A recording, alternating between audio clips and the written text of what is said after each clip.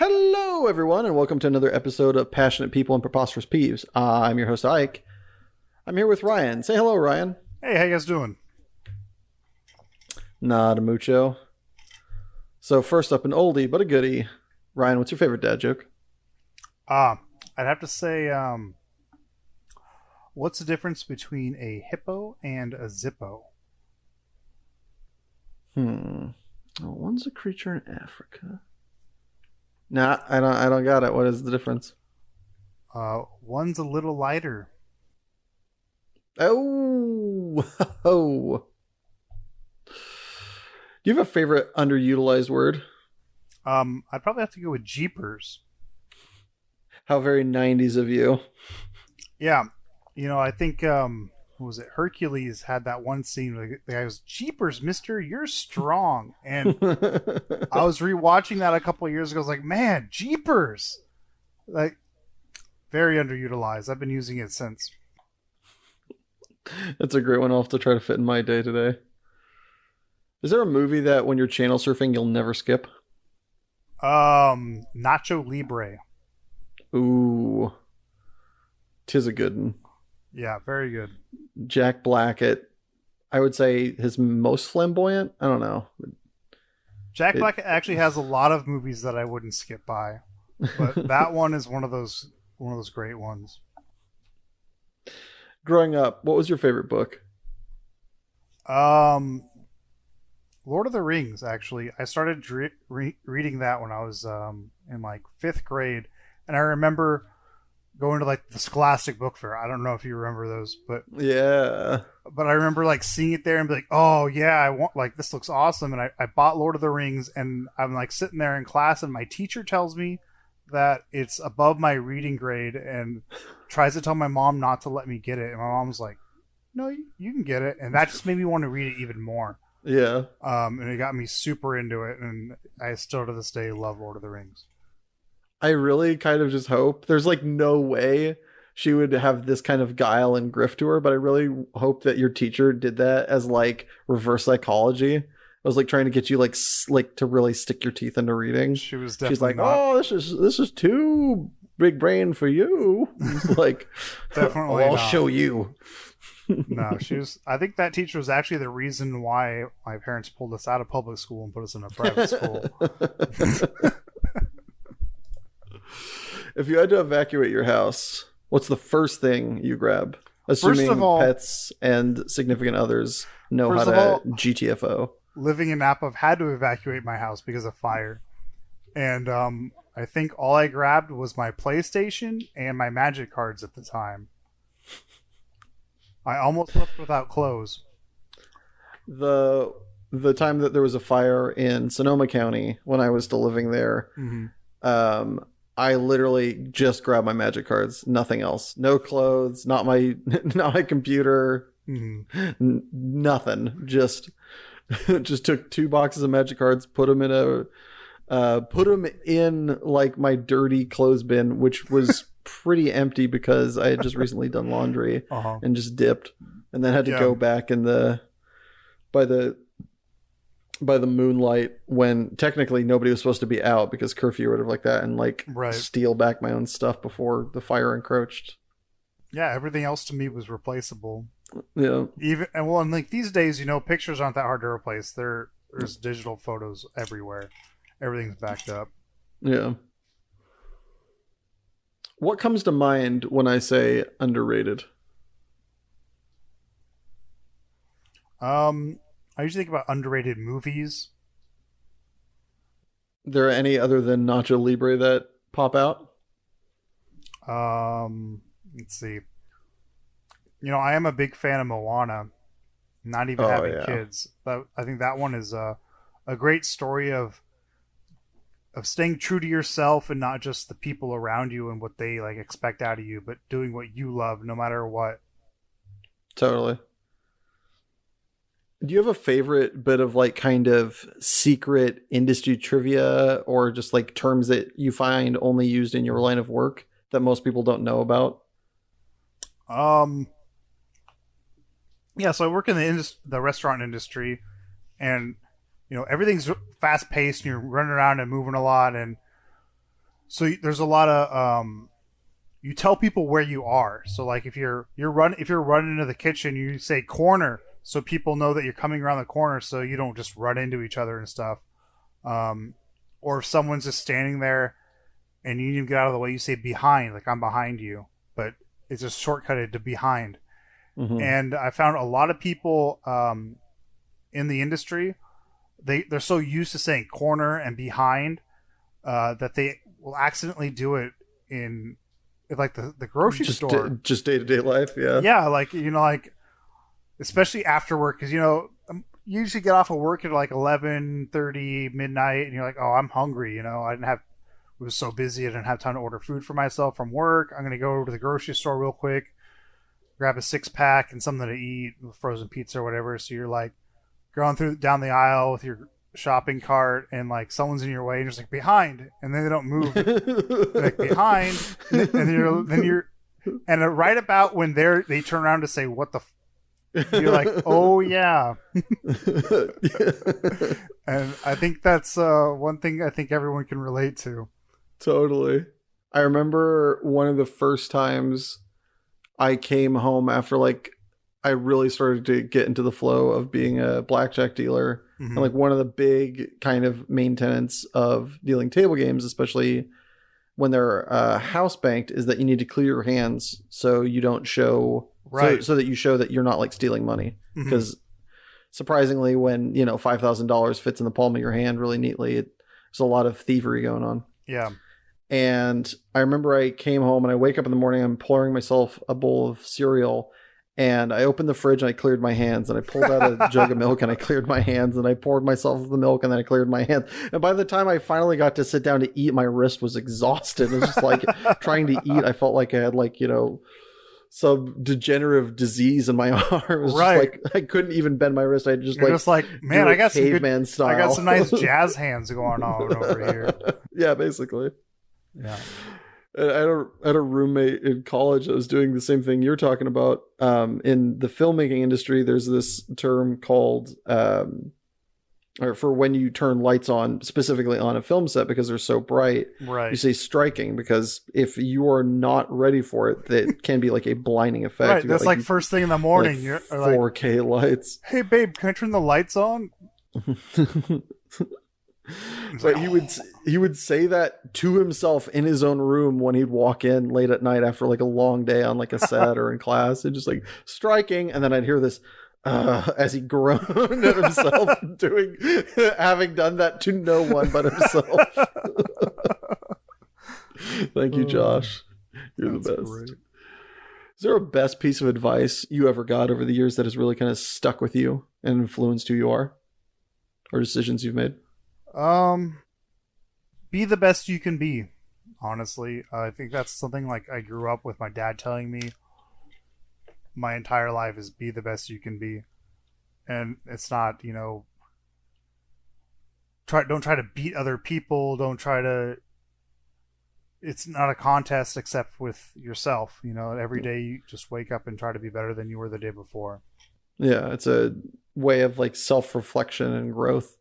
Like, kind of like tracking, like almost like, like you do like as a kid on the wall, just, keep track of your progression. Right. Right. And it's so much of life. People are so busy comparing themselves to everybody else, especially with like just how social media has become and whatnot these days. Like, just focus on yourself and keep comparing yourself to no one but yourself. And I find you get a lot more happiness in your own life by worrying about yourself rather than other people. Totally. Yeah. It's not easy, but definitely from the little bit of that I've been able to experience, I can completely agree. You have a favorite anecdote that you like to tell? Yeah, I do actually. Honestly, I was thinking about this, and I have a lot of anecdotes I like to tell. And I realized most of them are related to people I've played Magic with. From like, one time I had a buddy and his wife showed up to the card shop and started throwing his Magic cards out the window of the car. but it's not as good as the time we decided we shouldn't smoke any weed in the car on our road trip, and we should just get some edibles instead. So we were going to Portland, and we're all like, back then I don't think none of us had much money, so we all had like 4 different places we were all staying. Yeah. So once we got to Portland, we had to go to like 4 different spots to drop everyone off. There's 4 people in the car. I think it was you, me, Justin. Anton, Justin. Yeah. And Justin was a baby back then. He was super young. Yeah, he was like 19, I think. Yeah, like he had just gotten his driver's license. Actually, he just started driving. So anyways, I don't remember who you were dating at the time, but they had you on some diet that I feel like you were like super eager to get off of because you were taking a break from it that weekend. So no, I don't think I was dating anybody just yet. I think I was trying to get in good shape, and I was like trying like the dating scene, and so I was working out and like eating super like healthy at the time, like counting calories and like on, I don't think it was keto, I think that was later, but I think I was on like, I don't remember if keto was a thing back then. Yeah, it might have been. It might have like just been starting to come out. Yeah. But anyways, I remember you found a place that you wanted to go to breakfast. Yeah. And it was good. Like the one plate of food that I'd ordered was really good. And then the 3 plates of food that you ordered looked really good, but I didn't get to try any because you definitely ate all of it. And then, like, I don't remember who drove after we ate, but we all kind of went in a food coma for a while. And then, like, I think it was you that drove. It was you or Justin that drove most of the way. I think it was you and Justin that drove up. And I think it was supposed to be me and Anton that drove back, and no. I think you were supposed to help drive up, but you couldn't later on. But we'll get to that. So you're like, oh yeah, okay. So, like, I think I rolled a joint. Like, we had all just started smoking weed at that time. We thought we were super cool about it and stuff. And like, I think I like rolled a joint and smoked it outside before we got in the car or whatever. But you had these edibles that you got, and then like, I remember you eating a bite of the brownie, and then like 20 minutes, half an hour later, you're like, nah, I don't really feel this. And I'm like, oh, well, don't worry, it'll kick in. But you didn't listen to me. I think you just ate the rest of the brownie. No. No? I did not eat no. Because I remember I threw it away. So I broke it up into quarters. I was going I was going to have me and whoever else wanted to on the drive up. Like, that wasn't going to drive. We're going to have them, and then you guys were going to have them on the way. Whoever didn't drive up was going to have them on the way back. It was going to be kind of like this like fun thing. And then I think whoever was going to eat one, I think Anton was like passed. I was like, fuck, that was brownie. So I was going to have a quarter of it, and you're like, dude, just have an eighth. And I was like, okay, I'll just have an eighth. I had an eighth. I waited, in my defense, I waited close to 2 hours, if I recall correctly. And then I had the other half of what I had allocated for myself. I feel like then you had some more after that. That I can neither confirm nor deny, because I don't really... It starts to get fuzzy, as they say. I bet it did. But I remember, like, you just nod off and fall asleep, and we're like, oh, whatever, he's probably just tired after eating all that food. So we just turn the music up, because I definitely remember this now, because Justin was driving. You were in the passenger seat, passed out, and then me and Anton were in the back talking about magic decks or whatever. And we're just like, oh yeah, he just passed out because he ate so much food. Like, I'd be in a coma too, right? And then Justin's like, oh, I need to get gas. So we pull over at this like random gas stop in the middle of literally nowhere, like in Oregon specifically. Yeah, it's in Oregon because they have to pump your gas. That's why I remember. We had like just crossed the border. So we're at this gas station, and the guy comes out. I was like, hey, how you guys doing? Blah, blah, blah. he starts pumping the gas, and everyone else gets out and goes in the store and buys some drinks and stuff, and you're still like passed out. So I like open the door and like try to get like wake you up and see like if you want anything. You're like, and you're just out of it. You're just completely out of it. And like trying to talk to you, and you're just saying like I wish I could remember what you said, but it was completely completely unintelligible. Like I do not remember what you said. It was like like it might have well just been an alien talking. And then you try to stand up, and then you fell right back down under the seat. And I was like, so do you need to help him out, or? And then you're just like, oh, and you have this look in your eyes, like you didn't need to say anything. But you know that look of fear in someone's eyes when they're about to vomit. All I know is I knew to get out of the way, and you just fall back into the seat and then lean forward and throw up, and it comes all out of the car, all over on the asphalt next to where the poor guy's pumping gas. So go on. What do you remember of that? Do you remember any of that? I don't remember throwing up. I remember you telling me. I don't remember it until like coming back.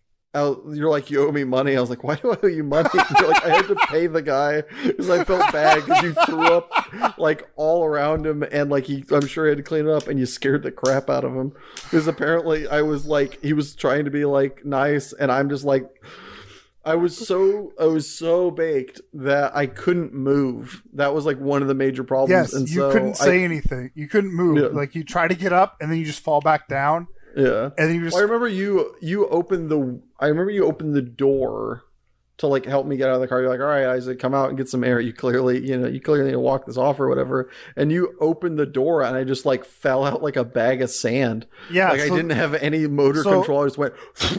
So after you threw up and spoke a bunch of gibberish to the guy pumping gas, you were like kind of hanging out of the car a little bit, and we couldn't close the door and move you. So we just kind of like put the car in neutral and just kind of like shifted down. The gas station was on a slope. We just kind of like went down and pulled over. And I was like trying to like get you out of the car so we could clean things up inside and then put you back in and stuff. And it was just a mess. And I going back to the guy and being like, oh my God, I'm so sorry. I was like, do you guys sell cat litter here? Because that would be great to put on top of this, and then it'll soak it all up. He's like, no, man, we don't have cat litter here. And I'm like, I was like, oh my God, I'm so sorry. And I gave him like a 20 or something. I was like, oh my God. Oh. Well, the other great thing is when we finally get up to my friend's place in Portland that I'm staying at, because I don't even know if you remember the best part of that.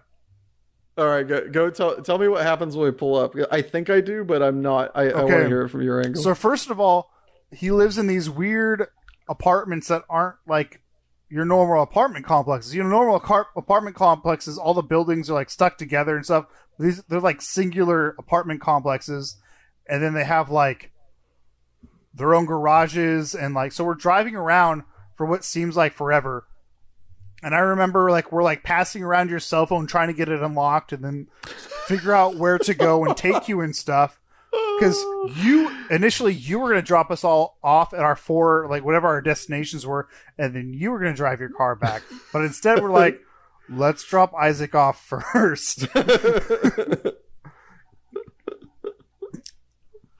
So eventually we find what we think is where you're staying. And we're like, okay, and this is like, it's dark out. It's probably like, like 10 o'clock, 11, Portland, so it's cold. It's not raining, thank God it wasn't raining. So we get there. I open the door up, and you just fall out like a sack of fucking potatoes. And then I'm like, Isaac, no. And I try to help you get up, and then you just roll over into the middle of the street with your hands up in the air. Like, you look like Patrick from SpongeBob, just like starfish in the middle of the road, and I'm like, "You're in the middle of the road! Like, get out! Move! Someone's gonna hit you!" I'm freaking out a little bit at this point. I'm like trying to get you up, and I can't get you up, and Anton is just standing there looking at me and looking at the whole situation, like, "What the fuck? Fuck this!"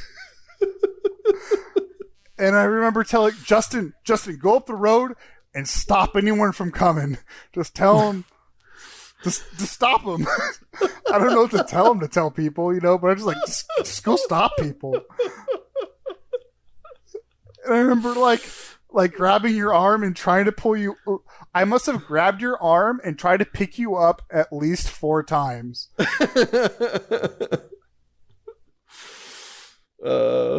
The entire time trying to, we finally found your friend's number that you're staying with, and we were trying to call them, and they didn't pick up. But we found like some text message or something with the address, so we're like, okay, we know where we are. So eventually, by like the 6th time, I like grab your arm and like I get like the right the right leverage and just like pull you up on my back and like stand up with you. And at this point, you're not even saying words, really. You're just kind of like groaning, and it's like,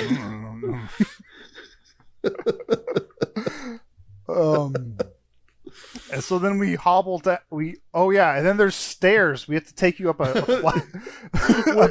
I remember the stairs looking so menacing at night, being that baked. When you just kind of like, what you or my friend like put my hand on the rail, and I was just like looking up like it was the Great Wall of China or something like that. Like, oh god, like how am I gonna make it?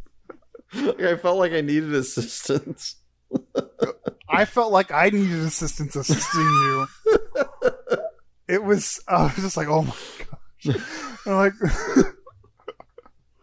it felt like for it, because I mean, I don't know if you're thinking about the stairs in his house or the stairs from the road up to, because there was like it was probably only like 10 or 12 steps from the ground, from the road up to like, there's like this grassy area before the house. It was only like 12 steps. Yeah. And then like it was that like looked like a million to me. I remember looking like at 20 yards. But yeah, no, it felt like forever. I was like, oh my gosh, like, are we going to make it? Yeah, that was an experience. It's one of those things where everyone's like, "Oh yeah, man, don't ever eat a whole edible," and you're like, "Whatever, man, I can do whatever I want." And when you're that young, you feel like you're Superman. You feel like you can do anything, nothing's gonna get you. But you learn real quick. I learned that day. Oh god, yeah, that was a great trip though. That was right around your birthday too, I think. Yeah, I think it was like late. Somewhere around like the fall. I don't know why they always do events in Portland in the fall. It's not the time to be in Portland, right? No, but I remember because I think that was the last time I saw Chris Rush. Yeah, and we got those Mewtwo signed. No, that was Seattle. Oh, it was, wasn't it? That was Seattle for sure. That was like right around my birthday. Yes, okay. That was a different trip. Those were good times. I forget how many trips like that we've been on. We took a lot together back when we were both chasing the dream and had nothing better to do with our lives. It's funny looking back on those things, and like I look back at it so fondly. Like we had such a great time. Like all of those trips, we have great stories from. Oh yeah, and you don't. In the middle, while it's happening, you don't think like, wow, these are some of the best times of my life. Yeah, you didn't think that while paying a gas attendant a 20 to clean up my vomit. Like, this is the life. Here's $20, good sir. I'm out of here. Yeah. No, but like looking back on all those, like we had such a great time. Like those were all like, it was those were the days. If you could work any of the jobs you've done over the course of your life, but get paid the same as the job where you made the most, which job would you work?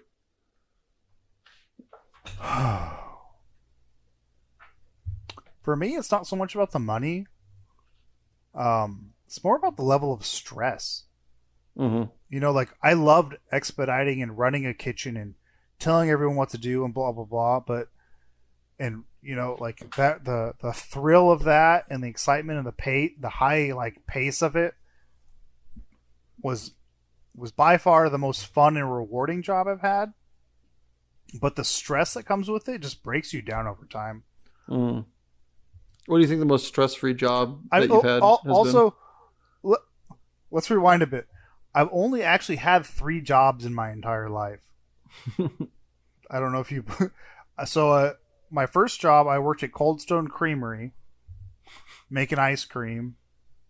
I remember the first day of my job, my boss was like, "Oh yeah, man, you're just gonna make minimum wage here. Most people just stay here a couple months and then move on."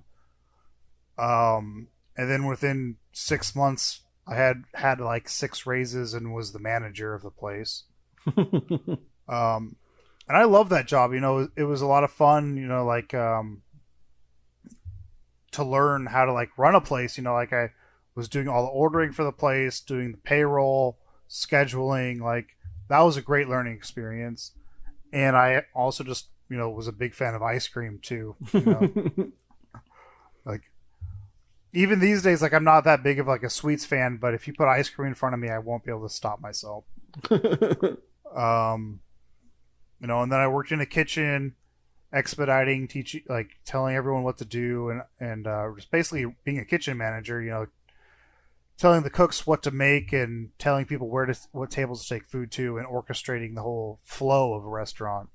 And then my third job has been serving, and I could definitely say that I'm not a big people person. I'm not like I'm not super social.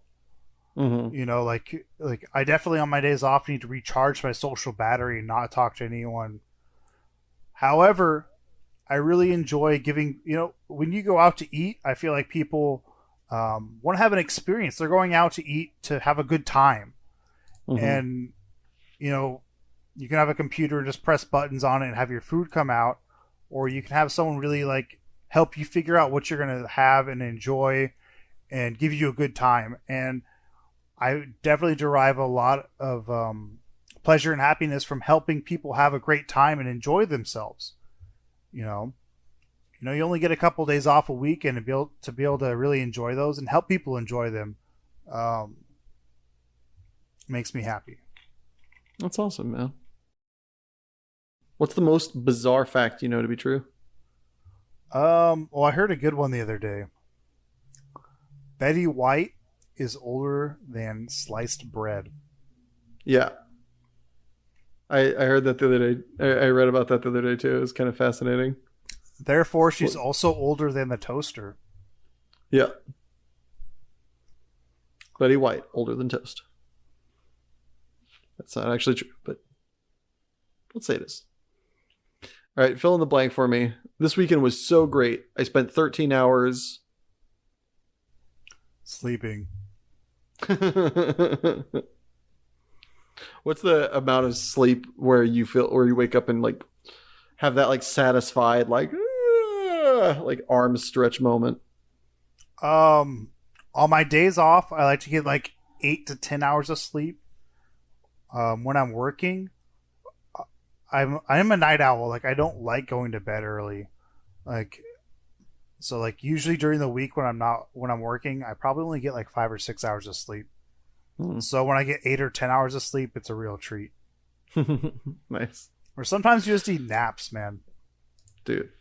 Naps. Get up a little early, do something that makes you feel like you did something for that day, and then that nap is gonna hit different. Yeah, it's not gonna feel like you're cheating, it's gonna feel like you've earned it. Yeah, exactly. What's something you see in someone else that makes you want to be friends with them?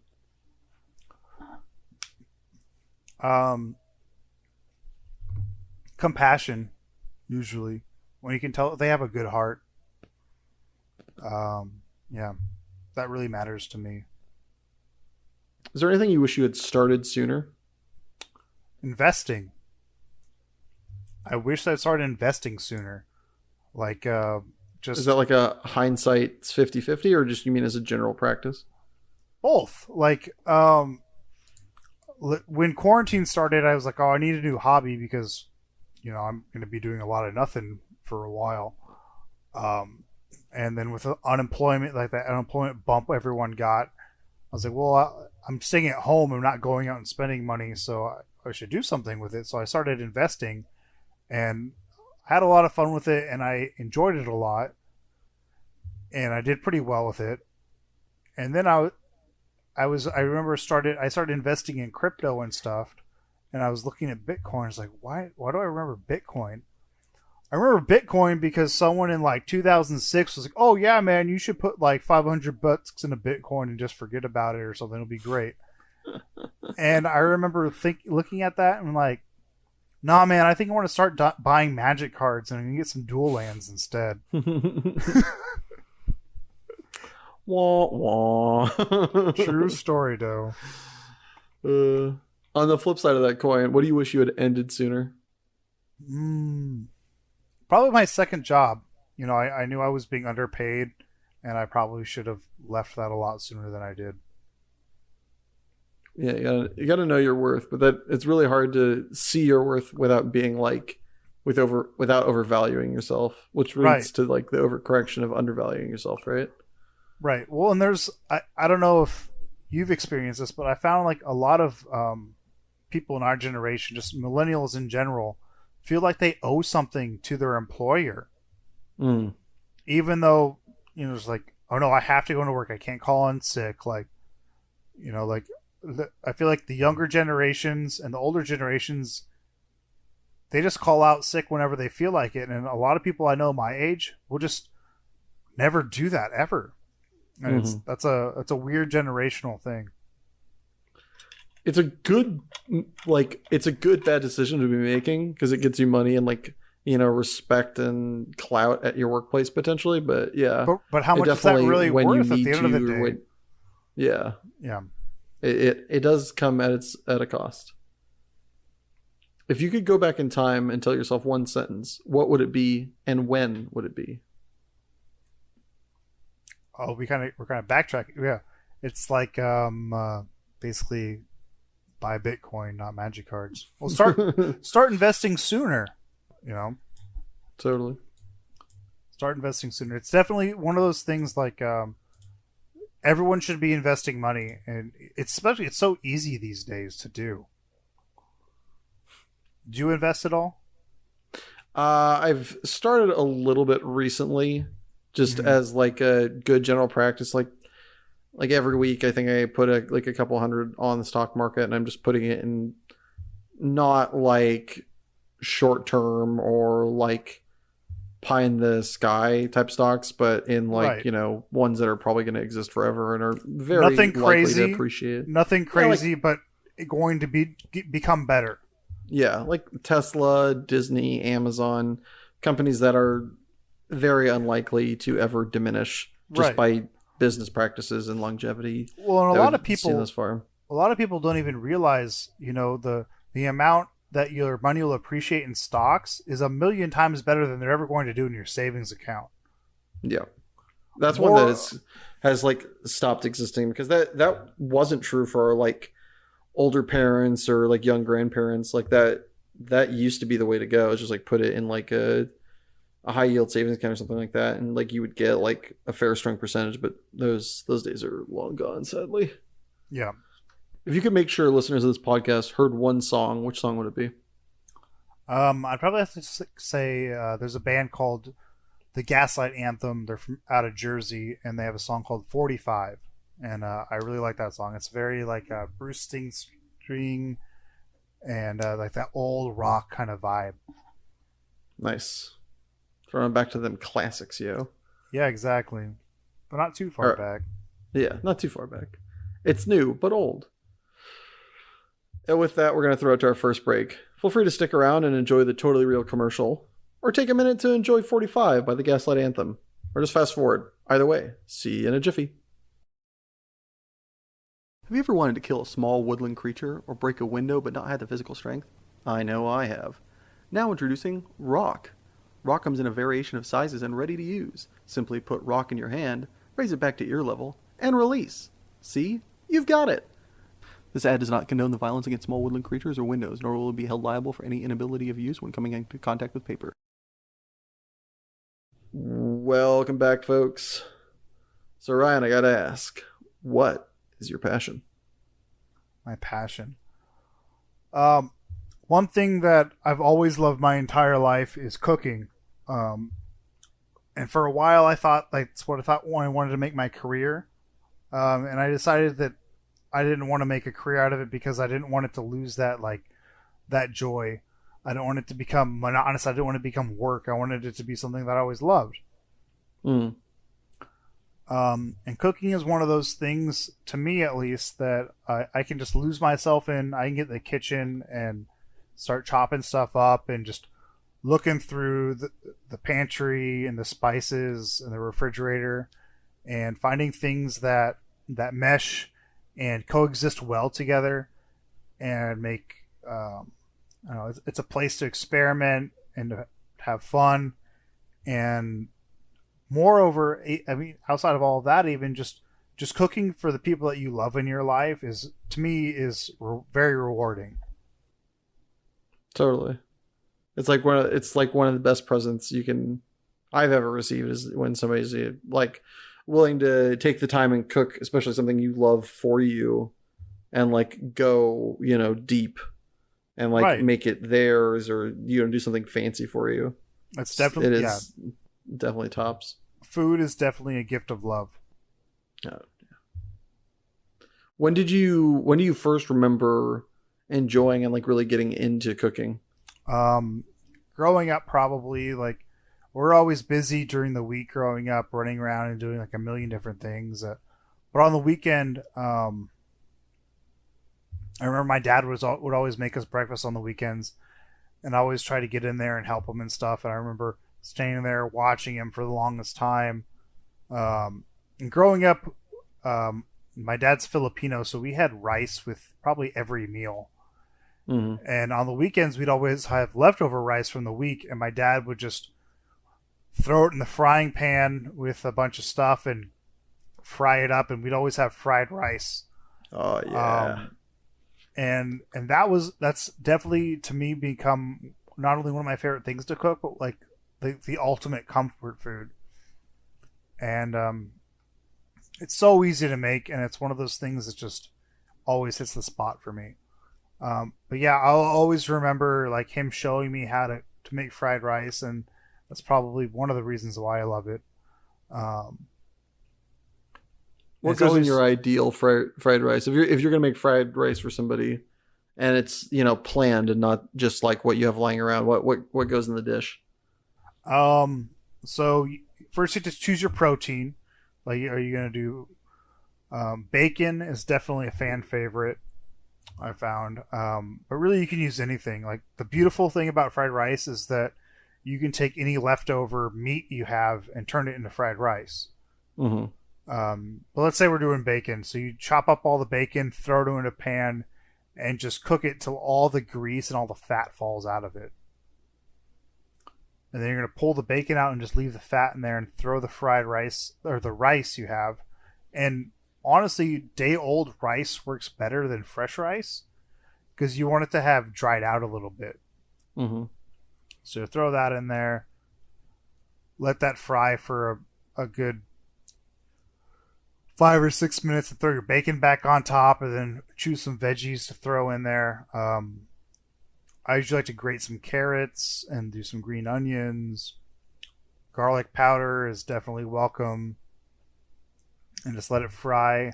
And, you a peas guy or not a peas guy? I'm easily appeased, but I'm not a peas guy. Nice. I'm definitely more of a carrots guy. You do egg or no? Oh yeah, the egg is what sells it, honestly. I mean, the lazy way is just to throw the eggs into the fried rice and stir it really fast and let them scramble. But the best way to do it is to fry the egg on the side and do it sunny side up or over easy, because you want to put that egg on top of the rice and then just break the yolk, and the yolk into the rice is just the best thing. So you get started, it sounds like grade school, early junior high, cooking with your dad. Mm-hmm. What do you remember your first big like successful dish was? Where you like, somebody ate it and like it really stuck out as like, ooh, like this, I made this person happy, or they really enjoyed it, or they were proud of me, or whatever. Spaghetti. I remember I was probably one of the first time I had just moved out of my parents' house, and it was like the first time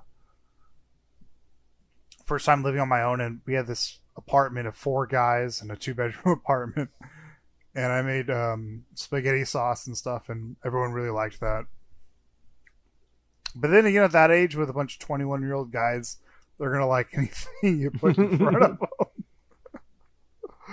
But no, you could really tell they liked it, and it was a good time.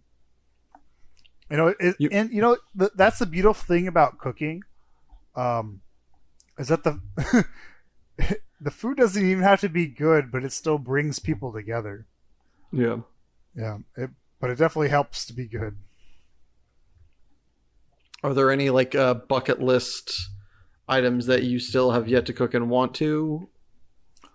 There's a lot of there's a decent amount of like Filipino food that I still want to learn how to cook. Named say lumpia. It's like the Filipino egg roll.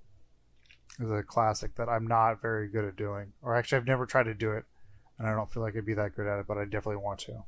My understanding from having people cook it for me and watching them for the 2 minutes they spend in the kitchen is that it's real easy, and you are building a bit of a mountain out of a mole hill here. Mole is also another thing that I'd like to do, actually. I remember we had this guy who made mole at one of the restaurants I worked at, and his secret ingredient was animal crackers. Oh, wild. Yeah, but it was definitely fantastic mole. Yeah. But I remember we like one of the servers would come in the kitchen and be like, so this person wants to order this, but they're allergic to gluten. Can they have it? And the guy is just standing there. It's like his secret family recipe. And he's like, stands there for a long time thinking about it. I'm like, yeah, there's gluten in it. And we're like, there's gluten in it? How's there gluten in it? It's like, yeah, there's animal crackers in it. That's awesome. Has to cop this ingredient. That's great. What's a big misconception you've noticed about cooking by the wider world, do you think? That you can go to a cooking school and make it, and then it's worth the money. I think there's that idea of like professional chef you think is a bit far-fetched? Right, yeah. I think like, a lot of people think like they really beautify it and like think that you can become like the next Bobby Flay or Guy Fieri or whatever. And in reality, you're probably going to end up going to some cooking school and paying $50,000 to $100,000 to be paid minimum wage. And the only way you're really going to make money is if you find people that want to invest in you and open a restaurant with you. But in reality, most people are going to be, working from the bottom up. And I don't know, it's rough these days to spend that much on college and not get so much in return. Yeah, absolutely. I didn't realize that culinary school was that much money. Holy shit. That is it's super expensive. To the razy. Yeah. Yeah. Do you have a favorite non-obvious aspect that people don't know about that you'd like them to? About myself or? No, about well, yourself if you want, but I was more referring to cooking in general. Yeah, the balance of salt and pepper and things makes or breaks a dish.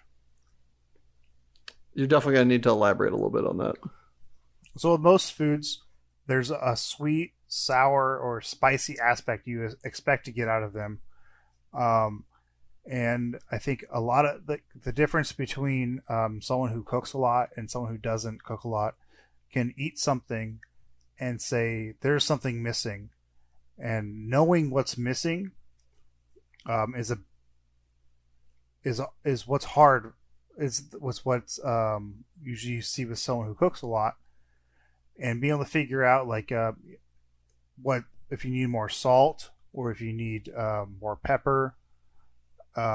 Making something balanced between being spicy or not, or having enough salt or not is a very hard balance to find. How would you recommend people go about, kind of learning that skill set? It's hard because everyone has different taste buds. So it'd just be cook, taste, rinse, repeat. Yeah. One of the biggest things to do is just practice. Like you're gonna try something, add more salt to it, taste it again, add more salt to it, taste it again, until you get to that right balance. Mm-hmm. Sometimes you can just stick your finger in the salt and then taste the salt, and then wait a second and taste the dish and see the difference, and that can help you maybe. Oh, interesting. But it's definitely one of those things that just comes with practice. Yeah. And having a good taste for salt and pepper is definitely something that is very easy to elevate your cooking game, but you just need to practice it. Do you have a go-to dish that you like to cook for people? Like if somebody comes over and they're just like hungry but they don't know for what, or they ask you to cook for them but they're like, just pick your favorite or whatever like that, what are you usually going to end up cooking for them? Lately I've been on a kick of so we got an Instapot actually a while back. Nice. And, yeah, that and the air fryer, man. The air fryer makes a big game changer too. Yeah. True story though. But anyways, back on the Instapot. There's a have you ever had salsa verde before? Mm-hmm. Do you know what salsa verde is? So it's a green salsa, obviously. So it's tomatillos, some kind of onion, usually green onions or red onions, and then use some jalapenos, pasilla peppers, maybe some serranos, and then we usually buy pork butt. Like the fattier, the better. But the nice thing about pork butt, it's almost always on sale. Mm-hmm. So one of my favorite things is we have a tortilleria that's close by, and they just make handmade tortillas, and they're on their own absolutely amazing. So we'll go there and buy a bunch, and then super easy to make. You just cut up all the pork. You buy some pork, but cut it all up in cube-sized pieces. The size you'd want to put that it's easy to eat. Throw that all in your Instapot, and then your tomatillos and your peppers, and just let that go for a while, and that just comes out just perfect. And people who have made chili verde before know that it takes hours and hours to make, because you have to roast all the chiles and then peel them, and then. But the nice thing about the Instapot is you don't have to do all that, and it still comes out almost just as good. Oh, awesome. Yeah. It takes out all the hard work and... Right. It makes it into a fun 20-minute thing of chopping and then just waiting for half an hour or so for it to cook. So that's been one of my go-to things we've been doing a lot. And that and fried rice, of course. Like fried rice is always one of my favorite things to do. I mean, you got to continue to be a family member, right? You can't. The day you stop doing that on a regular basis, I feel like your family's not going to let you back in the house. Yeah, well, that's when I knew that my wife was going to be my wife. Was when she told me that she loved rice and ate it every day growing up. I'm like, I think I found my soulmate.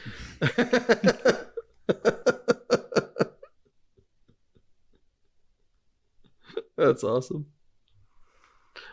All right, going from the beautiful and the passionate to the absurd and obnoxious. Ryan, what is your preposterous peeve? Oh, all right. People probably won't understand this, but working in the restaurant industry, there's something about when you seat people in a two-seated table where they're supposed to sit next to each other, but for some reason they insist on sitting next to each other. I think you mean sit across from each other.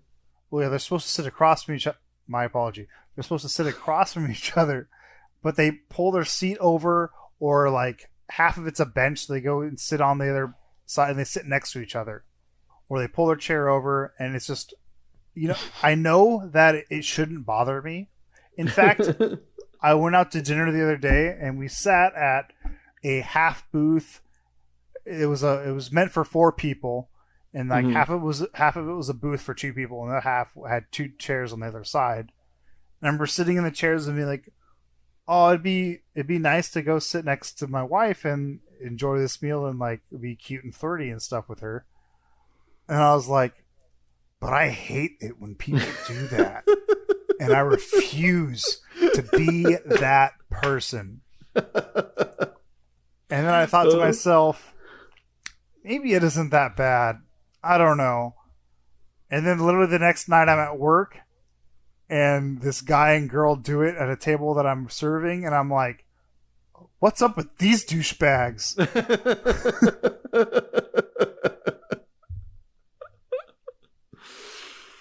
And you're saying this is a thing that's very common among servers? It's not just me. I know it's not just me. Everyone hates it for some reason. And I wish I could figure out what it was, but I can't stand it. It's not like a tangible thing where it's like harder to serve that way, or it's the people not that do that actually tip less. harder. It's just, I don't know what it is, but it's annoying. I mean, it's only harder to serve them if they like pull the chair into like some weird awkward position or something. But most of the time it's not. It's just like, I think part of it might be the fact that they're having more fun than you because they're next to each other. Like, no, you guys all need to separate out. I'm over here separate from you. Maybe it's like it's like the principal at school, like, no hand holding. It's like, right. I'm miserable. My wife's maybe not if here. I could sit down and hold hands with you, I'd be more happy to do this. But no. Do you know when you first noticed this? Was it like this was a thing that was it spurned from working in the food industry, or was this a thing beforehand? It was definitely when you're going out to eat with people and you see people doing that, you don't care.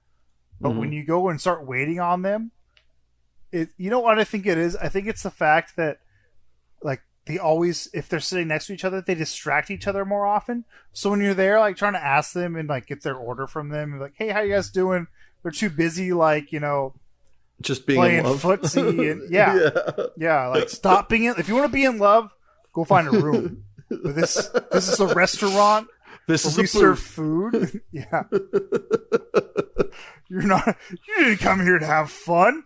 You came here to How dare you come into my workplace and enjoy yourself and love each other. Get the fuck out of here. Just get the fuck out. I'm here at your table. Pay attention to me. I even cringe as I say that because I hate how it sounds. It's, but like there's this madness of a balance of just being like, I'm at work, I just want to get shit done and get out of here. And this like, I want to help you have an amazing time and enjoy your stay. And it's just there's no good balance of, you can never find the happy medium. Oh, and with that frivolity, we're going to head to our second ad break, but don't go anywhere, because when we get back, Ryan's going to enter the lightning round. See you in a bit. Do you ever find yourself doing a mundane activity with nothing to keep you from gouging your eyes out or sticking a pencil through one ear and out the other? Uh-huh. Well, then perhaps I could introduce you to music. Music comes in a variety of different types, flavors, and colors. Theorists say that it's the best thing to introduce to your life since food. So go out and get some and make your life just a little bit more bearable. And we are back. Ryan, are you ready to enter the lightning round?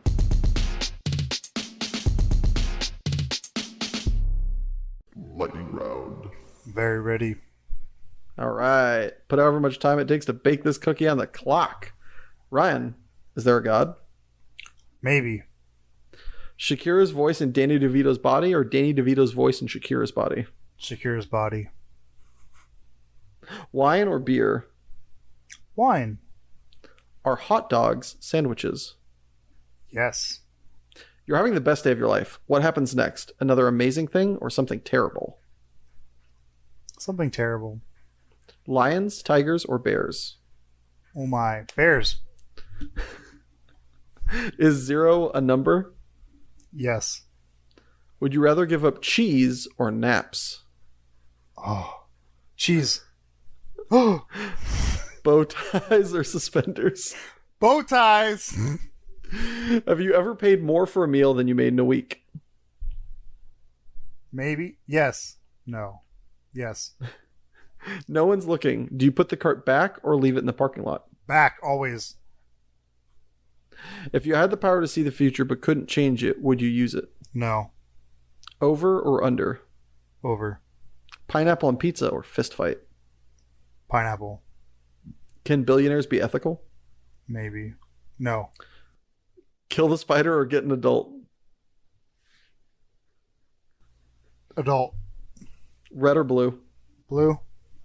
Is there a price for you to give up your passion forever? No. Salsa or Lindy Hop? What? Dog or cat? Dog. Which one of your parents settled? Both? Sunny side up, scrambled, or hard boiled? Sunny. Which do you max out first? Intelligence, charisma, or strength? Strength. Did you ever cheat on a test in school? I wish. Pizza or pasta? Pizza. Popsicle or Klondike bar? Klondike bar. Are we alone in the universe? No. Would you rather have your inner monologue sound like Gilbert Gottfried or Fran Drescher? Fran, for sure. Are Cheez-Its addicting? Yeah. Kanye. Or what? Anything's better than Kanye. That sounds like a no. Boneless or bone-in? Wings. Bone in. Tacos or burritos? Tacos. Congratulations, Ryan. You've survived the lightning round. Woo! What lightning round question would you like to ask me and in turn be asked of future guests? Single life or married life? Married life. What? What'd you say right after? I said not you because my wife walked in and said married life. Hi, honey. Yeah, I would go with married life. I've been single long enough. I'd like somebody around so that I annoy somebody other than just myself. I think that's the right play. True. All right, man. Anything you want to plug, recommend, places people you could find you, content, any shows you've been watching that you like? You know, honestly, I've been watching Gilmore Girls lately. What up? Highly recommend. An oldie but a goodie. Did you see so that show is made by Amy Sherman Palladino. I think I'm saying her name right. It's a mouthful. Who was the creator and writer, I think director of Gilmore Girls, and came out with a show recently called The Marvelous Miss Maisel. Have you checked that out? No, but I heard that one was really good. Tis a banger, would recommend. All right, I'll have to check that out next. All right, man. Well, thank you, Ryan, for being my guest today. And special thanks to my editor, Richard Ashford, and my composer, Joshua Gibbons. And especially thank you, everybody listening at home, or wherever you found the time to appreciate this. And if you enjoyed this podcast, please subscribe to the channel, like the video, or just share it with a friend. Every little bit helps. Or if you already have, and you're out of episodes to listen to, don't worry. We put out a new episode every Monday at midnight.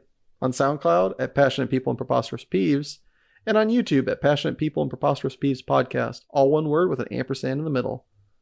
And remember, folks, one-legged people aren't handicapped. They're just very committed hopscotch enthusiasts with no chill. So stay out of their way.